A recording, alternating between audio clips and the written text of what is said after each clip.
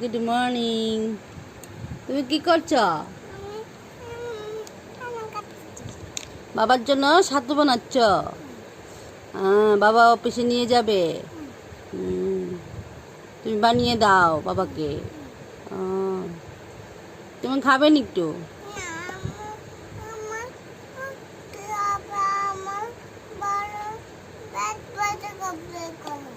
ও, তোমার উল্কি আসবে, পেট ব্যথা করবে। বাবার জন্য বানাচ্ছ? ঠিক আছে।